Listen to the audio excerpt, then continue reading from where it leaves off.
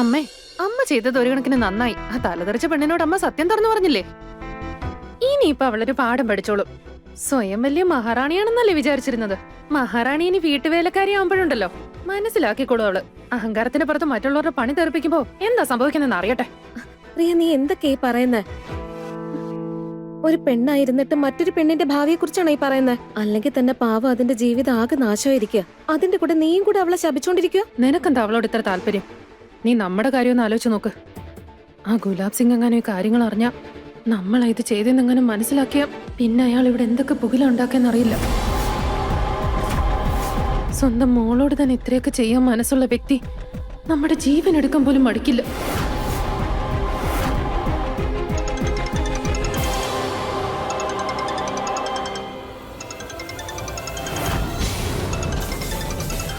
Sir പറയൂ sir.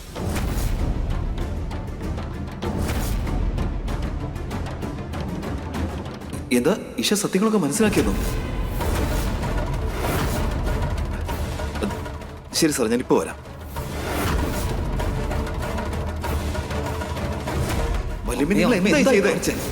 ഇതൊക്കെ ഇഷയോട് പോയി പറയാൻ വേണ്ടിയാണോ ഞാൻ അമ്മയോട് ഇതൊക്കെ രഹസ്യമായിട്ട് പറഞ്ഞു തന്നത്? ഇനിയിപ്പോ ഈ കാര്യങ്ങളൊക്കെ വലിച്ചങ്ങനെ അറിഞ്ഞാലുണ്ടല്ലോ, അയാൾ നമ്മളൊന്നും വെറുതെ വിടില്ല. സൂരജ്, മോനെ സൂരജ്. അമ്മേ, അമ്മ നിക്ക്.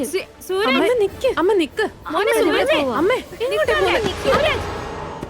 അമ്മേ, വല്യമ്മേ, അമ്മേ, അമ്മേ. എന്റെ ഭഗവാനെ, അയ്യോ, അയ്യോ, അമ്മേ, എന്താ പറ്റി? എനിക്ക് എഴുന്നേക്കാൻ പറ്റുന്നില്ല. അയ്യോ.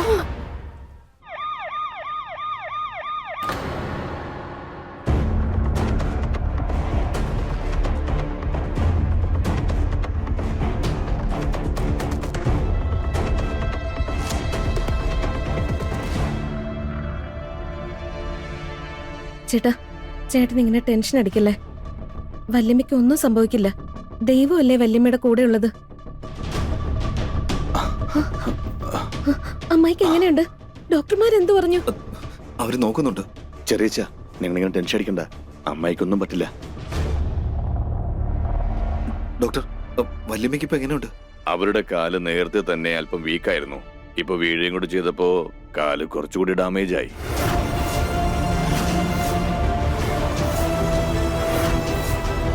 കാൽമുട്ട് മാറ്റി വെക്കേണ്ടി വരും, അതും എത്രയും പെട്ടെന്ന് തന്നെ.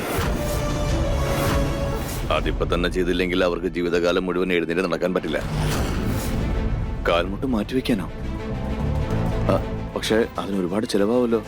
ഇത്രയും പണം നമ്മുടെ കയ്യില്. രാമ രാമ രാമ രാമ രാമ രാമ രാമ. ഈ പെണ്ണിത് എവിടെ പോയി കിടക്കുന്നുവോ? ഇന്ന് കല്യാണമാണെന്ന് അവൾക്ക് അറിയില്ലേ? എന്നിട്ടും വീട്ടിലിരിക്കാതെ അവൾ അമ്മയെ പോലെ തന്നെ വേലി ചാടി പോയിരിക്കും അവള്. അല്ല, നീയൊക്കെ ഇങ്ങനെ നോക്കി നിന്നാൽ എങ്ങനെ? ഗുലാബിനെ വിളിക്കേ. മുത്തശ്ശി, മുത്തശ്ശി ഇങ്ങനെ വിഷമിക്കാതെ, അവള് വന്നോളൂ.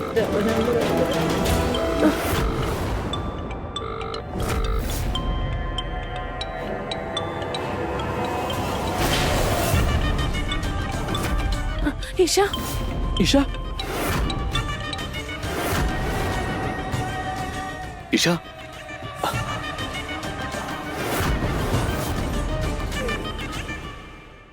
നിങ്ങൾ എത്രയും പെട്ടെന്ന് 10 ലക്ഷം രൂപയെങ്കിലും തയ്യാറാക്കേണ്ടി വരും.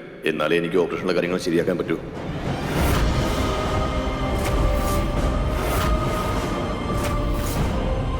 ഡോക്ടർ, ഞങ്ങൾ പൈസയ്ക്ക് വേണ്ട ഏർപ്പാടുകൾ എങ്ങനെയെങ്കിലും ചെയ്തോളാം. നിങ്ങൾ ഓപ്പറേഷന് വേണ്ടിയുള്ള കാര്യങ്ങൾ നോക്കൂ. ഡോക്ടർ, ഞാൻ പറഞ്ഞ കാര്യങ്ങൾ ഞങ്ങൾ ചെയ്തോളാം. ഇനിയിപ്പോ ചേട്ടത്തിയുടെ ആരോഗ്യത്തിന് വേണ്ടി എനിക്ക് എന്റെ വീട് വിൽക്കേണ്ടി വന്നാലും ഞാനത് തയ്യാറാണ്. ഞാനത് ചെയ്യും. ഇനിയിപ്പോ വേണമെങ്കിൽ വീടിന്റെ ഡോക്യുമെന്റ്സ് ഹോസ്പിറ്റലിൽ കൊണ്ട് കൊടുക്കണമെങ്കിൽ ഞാൻ അത് വേണമെങ്കിലും ചെയ്യാം. എത്രയും പെട്ടെന്ന് കാര്യങ്ങളൊന്നും ചെയ്യും. നോക്കൂ, നിങ്ങളുടെ വിഷമം എത്രയാണെന്ന് ഞങ്ങൾക്ക് മനസ്സിലാക്കാൻ പറ്റും. പക്ഷെ ഞങ്ങളുടെ ഹോസ്പിറ്റലിന്റെ പ്രോട്ടോകോൾ പാലിക്കാതിരിക്കാൻ പറ്റില്ല. നിങ്ങൾ എത്രയും പെട്ടെന്ന് കാശടയ്ക്കുന്നോ അത്രയും പെട്ടെന്ന് ഓപ്പറേഷൻ തുടങ്ങാം. Excuse me.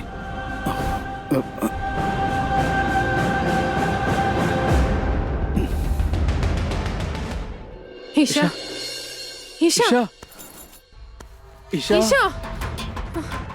ഇവൾക്ക് എന്താ പറ്റിയേ? എനിക്കും എന്റെ ഡൽഹിക്കുമുള്ള ടിക്കറ്റിനിടയിൽ കയറി വരാൻ ശ്രമിക്കുകയാണ്. പേടിക്കാനൊന്നുമില്ല, കുറച്ചുകൂടെ കഴിയുമ്പോൾ ബോധം വന്നോളൂ. എന്നാലും ഇങ്ങനൊരവസ്ഥയില് മണ്ഡപത്തിൽ എങ്ങനെ ഇരുത്താ? ബോധം വന്നാൽ അങ്ങനെ.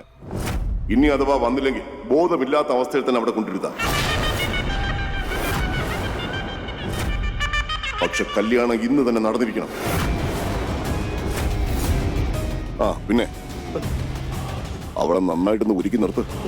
എന്താ? എന്താ എന്റെ മോൻ പറഞ്ഞത് നീ കേട്ടില്ലെന്നുണ്ടോ? ഇവളെ കല്യാണ പെണ്ണാക്കി ഒരുക്കിക്കുമെന്ന്. പിന്നെ ഒരു കാര്യം നിങ്ങൾ എല്ലാവരും ശ്രദ്ധിച്ചു കേട്ടോ.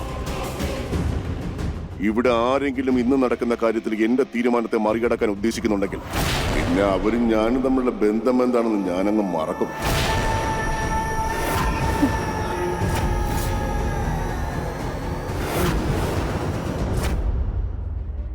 കാൽമുട്ട് മാറ്റിവെക്കേണ്ടി വരും, അതും എത്രയും പെട്ടെന്ന് തന്നെ. അതിപ്പോ തന്നെ ചെയ്തില്ലെങ്കിൽ അവർക്ക് ജീവിതകാലം മുഴുവൻ എഴുന്നേറ്റ് നടക്കാൻ പറ്റില്ല. നിങ്ങൾ എത്രയും പെട്ടെന്ന് 10 ലക്ഷം രൂപയെങ്കിലും തയ്യാറാക്കേണ്ടി വരും. എന്നാലേ എനിക്ക് ഓപ്പറേഷനുള്ള കാര്യങ്ങൾ ശരിയാക്കാൻ പറ്റൂ. നിങ്ങൾ എത്രയും പെട്ടെന്ന് കാശടയ്ക്കുന്നോ അത്രയും പെട്ടെന്ന് ഓപ്പറേഷൻ തുടങ്ങാം.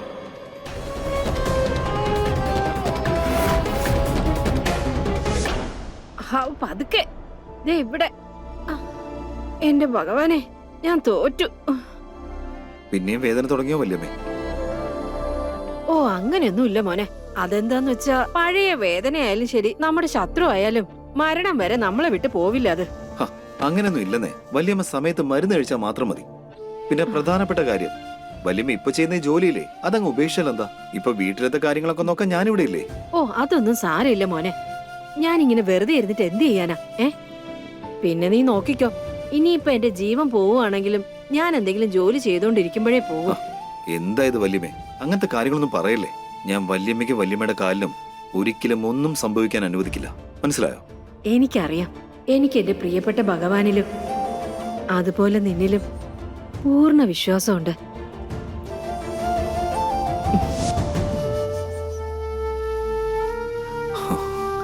എന്ത് ചെയ്തിട്ടാണെങ്കിലും പൈസ ഉടനെ അറേഞ്ച് ചെയ്തേ പറ്റൂ. സൂരജ്, സൂരജ്,